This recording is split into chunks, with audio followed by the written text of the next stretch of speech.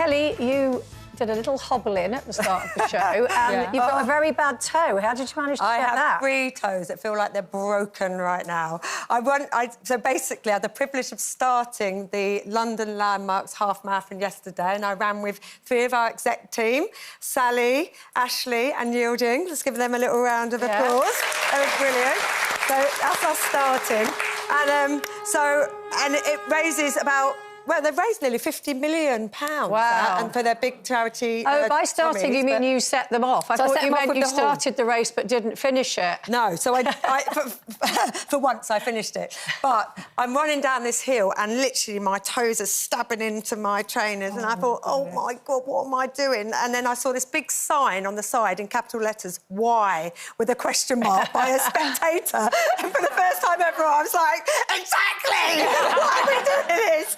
But it was really good, and I'm pleased and chuffed with the team. But you're a runner. I know you're not a know. marathon runner. Did you have your shoes were too big, weren't they? Well, I think they're not the right shoes at the moment. Right, I think it was either too small, too big, or just that I haven't been running enough. I haven't been training much lately. So your feet are all bruised and swollen? Oh, my toes. Like, literally, I was crawling on the floor last night. I mean, why run? Like, no, who wants to run, really? Yeah, but no, I have to say, there were people that did it, you see their faces, and you know they've done it for a reason, either because it's a personal reason, because they've overcome something, or they're doing it for a charity, which is the London Landmarks, is big on charity, right. or it's the first time they've ever done something where they've gone, I did it, you know, and that's what it's about. And at the end of the day, it doesn't matter whether you're first, last, in the middle, we all got the same Yes,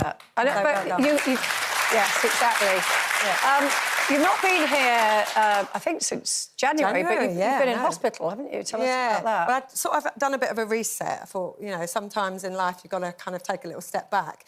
But then what happened is we're talking all about these menopause and things lately. So I was on this podcast, random podcast, with Naomi Potto, who's a doctor that's worked with Davina McCall and things, and she was just chatting. I went to her, look, I haven't had a period for 18 months. Is it right that I'm bleeding really heavy? And she was like, no. Have you done anything about it? And I was like, well, no, obviously, because that's what I'm talking to you about. And she said, well, because you haven't had a period for 18 months, it means you're post-menopause, and all women that are post-menopause, if they see something very abnormal, need to be checked within 2 weeks. I didn't know that, because I don't know all this stuff. I really don't. I'm learning like everyone else. So she said, look, I want you to go to a doctor ASAP, because I think there's something else going on. So I go to a doctor, and I decided that I was going to go private. I've done NHS before. I've had 2 other ops, but I decided that my health is important. You know, we buy bags all the time and clothes and whatever. And you're lucky, obviously, to be able to afford it. And I was able to afford it. A lot of people can't. And it's a choice. Yeah. We can choose. Yeah. And I decided, because of how I was feeling, and I wasn't feeling good in myself, that I'd rather check. So I went for the ultrasound, which you do. It's not pleasant, is it? No. You know, legs akimbo and all that. You know, ultrasound, she went, you need a hysteroscopy. Yeah. So a hysteroscopy is more of an investigation, because they said I had a large polyp and a thickened endometrium, which isn't good for women. And a hysteroscopy, for anyone who doesn't know, it actually goes into the womb. Yes. To have a little look round in there, Exactly. So anyway, obviously being very, very fortunate, they said to me, do you want sedation or general anaesthetic? So I go, well, you know, what's the sedation? You might feel it. You might remember it. I was like, why on earth would anyone want to know that? Like, conk me out, you know what I mean? Like, put me out. Anyway, so I had the procedure, came around. I was in a lot of pain. I had a large polyp taken out and a lot of endometrium, because we know that if they are left, there is a possibility that they return cancerous and, in some cases, cause a lot more issues for women, to the point where women have lost their lives because they didn't know what was going on.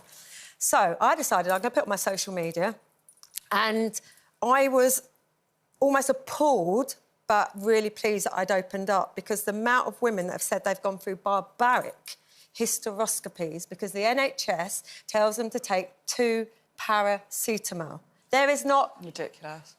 ...anything on this earth would make me do that. Yeah. Because I had the pain, after, it was awful. So then I was thinking, is this, like, normal? Does everyone have this? So then there was this campaign called Campaign Against Barbaric Hysteroscopies, 8,000 women have come forward saying how much hell they had from this op, which, if you think about the fact there's 51% of the population are women, at some stage, every single woman will go through some issues down there, whether it's through childbirth, whether it's through menopause or anything, right, and have an investigation. Something needs to be done, because it's like that gender... Pain gap. Pain gap. It's like, why are we putting it on? Because a guy would not... I mean, I don't want to be explicit, but if a guy had to have an operation on his most vital part of his body, he is not going to be told to take 2 paracetamol with a thing going up it. No chance. Yeah, I mean, why should women do it? On the gender pain gap, there's 4 in 5 women between the age of 18 and 24 say they've experienced their pain being dismissed or ignored, and 56% of women over 45 compared to 49% of men. The NHS here, so we asked them, obviously, they said, while patients may feel some discomfort during intimate procedures like hysterectomies, no one should have to experience pain. Different pain relief options should be discussed with a clinician before any procedure. But they don't I presume, though, it's financial, isn't it? Because some people maybe have a higher pain threshold and can cope with it, and you don't, I suppose... There's not a great deal of money around, so they must sort of have to say, well, let's try and not spend money on sedation. I think Kelly's raised some really good points about the pain that you experience when having exploratory procedures to do with gynaecology. But I'm concerned with another kind of pain, which I think a lot of older women suffer, and that's arthritic pain. And I think the NHS, because it's under such pressure and is so obsessed with cutting corners, that they have over-prescribed very, very heavy painkillers to people in this country on repeat prescription. And I know from just having my hip replacement that, you know, I was issued with tramadol and really, you know, which is a morphine derivative. And I know that a lot of older people who suffer from arthritic and spinal ongoing pain are literally on tramadol or codeine.